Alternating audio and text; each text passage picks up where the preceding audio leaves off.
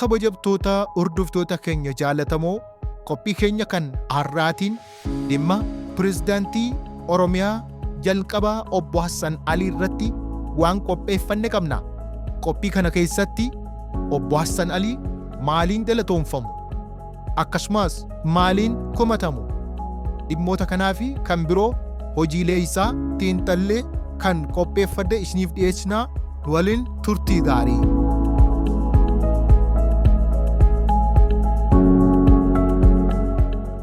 Obbo Hassan Alii pirezidaantiin mootummaa naannoo Oromiyaa kan jalqabaa yeroo seerri mootummaa federaalaa Itoophiyaa yaa'ii heera mootummaa irratti sadaasa 29/1987 akka lakkoofsa Itoophiyaatti mirkanaa'e mootummaa naannoo Oromiyaa fi uummata Oromoo bakka bu'oota uummataa isaanii waliin mari'atanii waliif ibsanii mallattoon mirkaneessan keessaa kanneen akka Dr. Nagaasoo Gidaadaa, Obbo Kumaa Dammaqsaa, Profeesar Jamaal Abduqaadir, Haaji Muusaa Abbaa Bulguu Abbaa Olii, Dr. Addisuu Lammaa Waldamaariyaam, Obbo Abdiisaa Ulfaataa Fakkansaa, Abbaa Pirezidaantii Oromiyaa Obbo Shimallis Abdiisaa, Obbo Girmaa Birruu Gadaa, Dr. Muktaar Rashiid Abubakar, Dr. Ibraahim Ahmad Abdallaa fi kanneen biroo waliin kan ture mootummaa naannoo Oromiyaa ijaaruu fi gurmeessuu keessatti gahee guddaa, gahee leencaa warra bahateedha. Finfinneen magaalaa guddoo Oromiyaa akka taatuu fi afaan hojii naannichaa akka afaan Oromoo ta'u, sirni barreeffama afaanichaas qubee akka ta'u, labsii fi heera mootummaa naannoo Oromiyaa keessatti akka seenu nama taasiseedha. Bara 1985 mootummaan naannoo Oromiyaa erga hundeeffameen booda yeroo jalqabaaf barruu afaan Oromoo qubee fayyadamuun maxxanfamu kiloolee akka qophaa'u nama taasiseedha. Seenaa gootota wareegamtoota calanqoo akka yaadatamu godhe.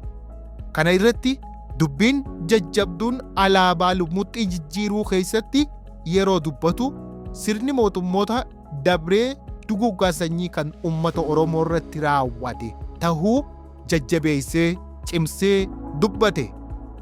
ሁሉም እኔ እስከማውቀው ድረስ የተለያየ ህብረ ቀለማቶች የሚጠቀሙ አብዛኛዎቹ አንድ ቀለም የሚጠቀም ሊኖር ይችላል። ሁሉም ግን ጨርቆች ናቸው። ሁሉም ከጥጥ የተሰሩ ወይንም ከሌላ ሲንቴቲክ ነገር የተሰሩ ጨርቆች መሆናቸውን መካድ አንችልም። አንድ ነገር አለ። እኛ አሁንም የባንዲራን ክብር ለማሳነስ አይደለም መገለጽ ያለበት። በዚህ ባንዲራ ስም ግን በኢትዮጵያ ሕዝብ ላይ የተሰራው ግፍና በደል መገለጽ አለበት። ኦቦ ሐሰን አሊ bara turtii pirezidaantummaa isaa keessatti waan hanga ammaa ittiin yaadatamu keessaa nama afaan Oromoo dubbachuu hin dandeenyeef baajetni mindaan akka isaaf hin baane murtee dabarsuu, tajaajilli uummataa afaan Oromootiin akka kennamu godhuu, bulchiinsi naannoo Oromiyaa roga hundaan akka gadi dhaabbatu godhuun hundeeffama Oromiyaa jabduu har'aa kanaaf bu'uura jabaa gadi jabeessee dhaabe. Arbaa Guguutti uummata 100,000 lakkaa'aman kan qe'ee isaanirraa buqqa'an akka qe'ee isaanitti deebi'anii qubatan gochuu, magaalaan guddoon godina Baalee Gobbarraa gara magaalaa Roobee akka jijjiiramtu godhuu keessatti dhiibbaa guddaatu isarratti gaggeeffamaa ture. Warri magaalaa Gobbaa mallattoo yookaan piitiishinii qabatanii magaalaa seena qabeettii Gobbaa nurraa balleessee jechuun gara Finfinnee dhufuun dhiibbaa guddaa irratti deemsisaa turan. Saamicha lafaa Oromoota naannawa Finfinnee fi warshaa sukkaraa Mataaraa ilaalchisee uummata kana buqqisuun sirrii miti jechuudhaan dura dhaabbannoo fi murteen inni dabarse murtee cimaadha. gama walisoo fi bahardaaritti geggeeffame irratti odeeffannoowwan adda addaa isarratti funaannachuudhaan keessattuu dhimma magaalaa Finfinnee fi Baalee Roobee wajjin walqabateen gareen wayyaanee yeroo isarratti duultu warri isaa waliin Oromiyaa keessatti hojjetaa turanilleen diina kanaa waliin isarratti duulaa turan. Dhiibbaa sirna wayyaanee sana maraa dandamatee murteewwan inni qabeenyi Oromoo akka hin saamamne, haqni Oromoo akka hin dabne ejjennoowwan guutuu ta'een murtee jajjabduu dabarsaa ture akkuma jirutti tahee osoo jiruu dhiibbaan itti hammaatte. Wayyaaneen dhimma saamicha lafaa naannawaa magaalaa Finfinnee irratti inni jabaatee dura dhaabbannaan nama kana karaa irraa maqsinu malee hin taane jechuun xiyyeeffannoo keessa galfatan. Wayyaanee fi caasaan isaanii kan yeroo sanii waliin obbo Hassan Alii irratti qabsaawanii pirezidaantummaarraa buusanii pirezidaantii lammaffaa ta'uun kan muudaman itti aanaa obbo Kumaa Dammaqsaa godhan.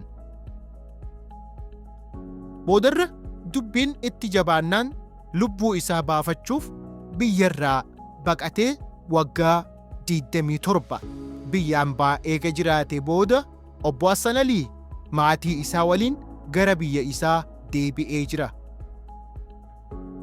Namni waa hojjetu komii wayi dhabaaree obbo Hassan Alii warri magaalaa Roobee yoo isa galateeffatan warri magaalaa Gobbaa isa komatu. Warri Finfinnee yoo isa galateeffate kan Jijjigaa isa komata.